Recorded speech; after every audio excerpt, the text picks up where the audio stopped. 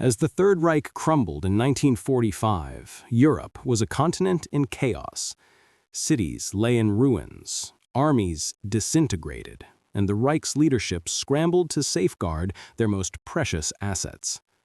Among the secrets of Nazi Germany, few have captured the imagination more than the legendary train loaded with Hitler's gold, art, and treasures, said to have vanished into the mist of Eastern Europe.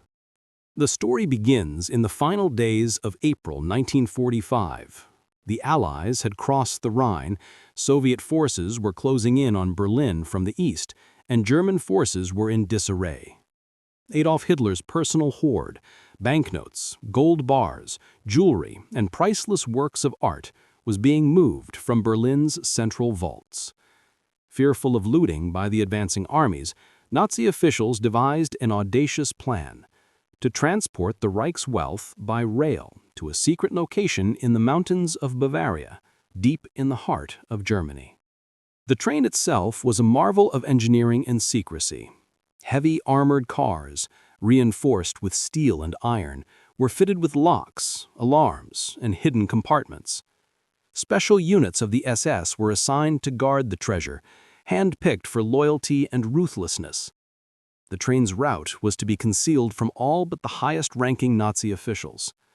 Only a handful knew its true course, and none could predict the catastrophe that awaited. On April 22nd, the train departed Berlin in the dead of night. Engineers and guards worked feverishly, aware that any delay could be fatal. Rumors circulated of nearby airstrikes, partisan ambushes, and collapsing bridges. The train's manifest was tightly controlled, listing hundreds of tons of gold, silver, currency, and artworks looted from occupied territories. Among the treasures were works from museums in Paris, Warsaw, and Vienna, as well as Hitler's personal collection of artifacts intended for a projected Führer museum. As the train moved westward, its journey became a perilous gamble. Allied and Soviet forces were advancing rapidly, with front lines shifting daily. Allied bombers patrolled the skies, while resistance fighters sabotaged rail lines whenever possible. Each mile of track became a potential trap, and the train's SS guards enforced strict security measures. Passengers were limited, orders were absolute, and silence was mandatory. Yet even the best-laid plans cannot survive the chaos of war. On April 25th, reports indicate that a small German convoy was ambushed near Dresden by advancing Soviet units. The train's exact route remains disputed. Some accounts place it near the Erzgebirge Mountains, others near the Bavarian forests. Eyewitnesses spoke of a heavily armored train slowing, then disappearing into tunnels and side tracks. Whether this was a planned diversion or a frantic maneuver to avoid capture remains unknown. Rumors grew quickly. Soldiers whispered about the train vanishing overnight, of gold bars sinking into rivers or hidden in mine shafts. Some claimed to have seen it abandoned. Others swore they had glimpsed it heading into the mountains, never to return. Local villagers recalled seeing armored wagons pass silently, the SS guards alert and ready, but the train itself seemed to dissolve into the mists. Historians and treasure hunters have debated the train's fate for decades. Was it destroyed by the Allies? Seized by the Soviets? Or did it vanish into secret tunnels built decades earlier for industrial purposes? Evidence suggests that at least part of the cargo may have been spirited away by loyal Nazi officers who intended to fund post-war operations or escape to South America. Among those chasing the train were not only Allied units, but also opportunists, black market networks, resistance fighters, and ambitious war profiteers. Each wanted a piece of Hitler's gold, but few had the means to intercept it. The SS guards, trained for loyalty and deception, made sure that only authorized personnel approached the train, creating a labyrinth of secrecy and danger. As the train moved through the forested valleys and mountain passes, natural obstacles compounded the danger. Bombed-out tracks forced detours, tunnels collapsed, and bridges were destroyed. Every obstacle slowed the journey and heightened tension. It is said that on more than one occasion, guards dumped portions of the cargo into hidden caches to lighten the load, intending to recover it later. By the end of April, the train had effectively vanished from sight.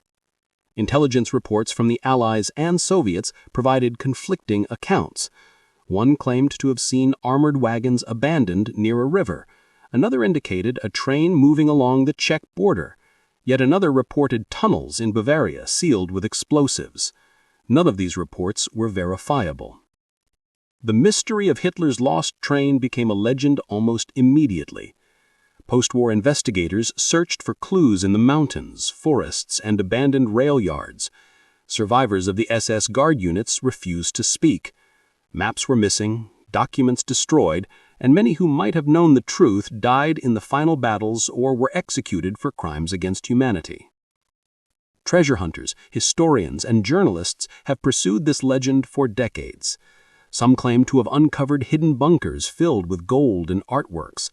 Others argue that the train's contents were dispersed in multiple secret caches or destroyed to prevent capture. Every new claim sparks controversy, as evidence is scarce and often contradictory. But beyond the gold and treasures, the story of the train reveals something deeper about the Third Reich's collapse. The desperation, the secrecy, and the extraordinary lengths taken to protect wealth and power even as the regime crumbled around them. The train represents both the folly and ambition of Hitler's empire, a moving monument to greed and paranoia in the final days of the war. As May 1945 began, Europe was aflame with the chaos of a collapsing Reich. German resistance was sporadic but deadly, and Allied intelligence raced to uncover every secret the Nazis had tried to hide. Among the most elusive mysteries was the armored train carrying Hitler's stolen wealth. Its disappearance was not only a strategic concern, but also a psychological one. The idea of a treasure slipping through Allied fingers fascinated soldiers, intelligence officers, and civilians alike. Reports from local informants suggested that the train had moved deep into the Bavarian forests, but these accounts were often contradictory. Villagers described a long armored convoy moving silently through misty valleys, only to vanish behind a mountain ridge. Others claimed that they had seen plumes of smoke from destroyed tracks or burned-out bridges, evidence that the train had been abandoned or sabotaged. The Allies were determined to locate the train, both to prevent its potential use by rogue Nazi elements and to reclaim the stolen wealth. British and American intelligence units coordinated reconnaissance missions, dispatching agents to suspected locations. The Soviets, meanwhile, were scouring eastern Germany, hoping to seize any gold or art that could bolster their reparations claims. Complicating matters was the natural terrain. The dense Bavarian forests, steep mountain passes, and narrow tunnels provided perfect cover for escape and concealment. German engineers had anticipated this, designing alternate routes and emergency sidings to allow the train to evade capture.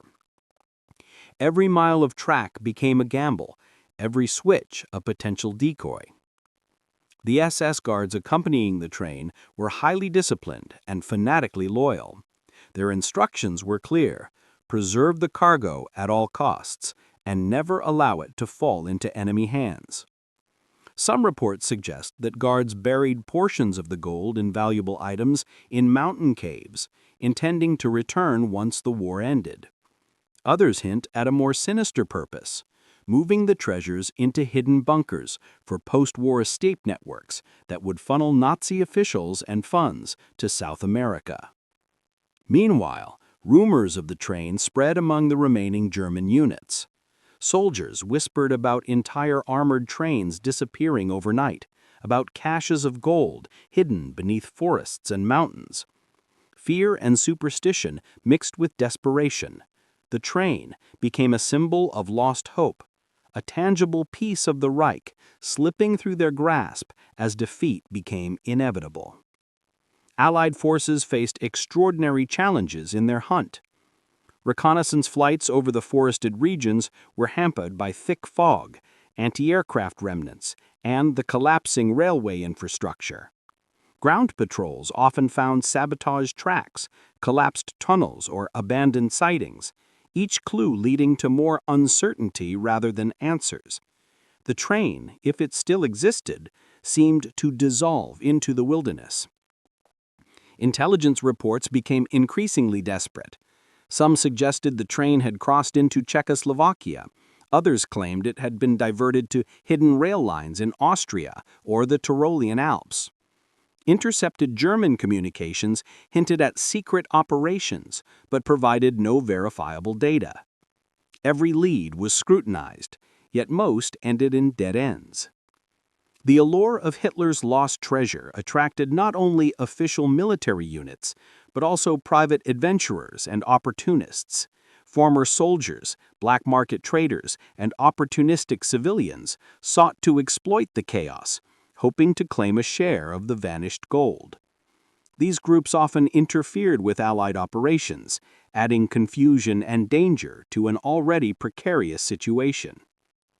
Some historians argue that at least part of the cargo may have been successfully removed by Nazi loyalists, transported in smaller vehicles, and hidden in bunkers designed for post-war survival. Others believe the gold was intentionally destroyed to prevent capture, a last act of defiance by a crumbling regime. Eyewitness testimonies are conflicting, and no definitive record of the train's final location exists. Even today, decades later, the train's fate remains one of WWII's most enduring mysteries. Treasure hunters explore forests, mines, and abandoned rail tunnels, while historians sift through documents to reconstruct the final days of the Reich's wealth. The story of the vanished train continues to captivate because it embodies both the ingenuity and desperation of a collapsing empire, a symbol of greed and secrecy that endures beyond the battlefield. As Allied forces pressed further into Germany, the vanished train's legend grew. Soldiers on the front lines exchanged rumors about gold-laden trains moving unseen through the forests. Civilians spoke in hushed tones about stolen Nazi treasures, hidden caches, and mysterious armored cars slipping past patrols. The SS guards, many of whom survived the war, later recounted harrowing journeys through mountains and forests. According to declassified reports in personal memoirs, they faced starvation, ambushes, and mechanical failures while attempting to preserve the Reich's loot.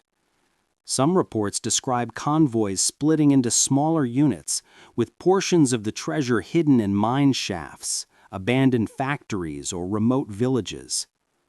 Intelligence agencies intensified their investigations. British and American forces collaborated to trace the train's route, interviewing locals, interrogating captured SS personnel, and examining rail infrastructure for signs of movement.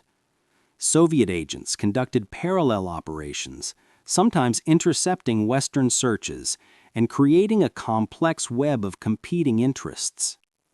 The train's disappearance became a perfect storm of myth and reality.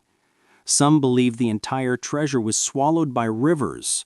Others claimed it was buried in caves deep within the Alps. Resistance groups had also played a role, sabotaging tracks and reporting sightings to disrupt German logistics. The combination of chaos, secrecy, and opportunism ensured that the train became virtually invisible, even to the most determined Allied operatives.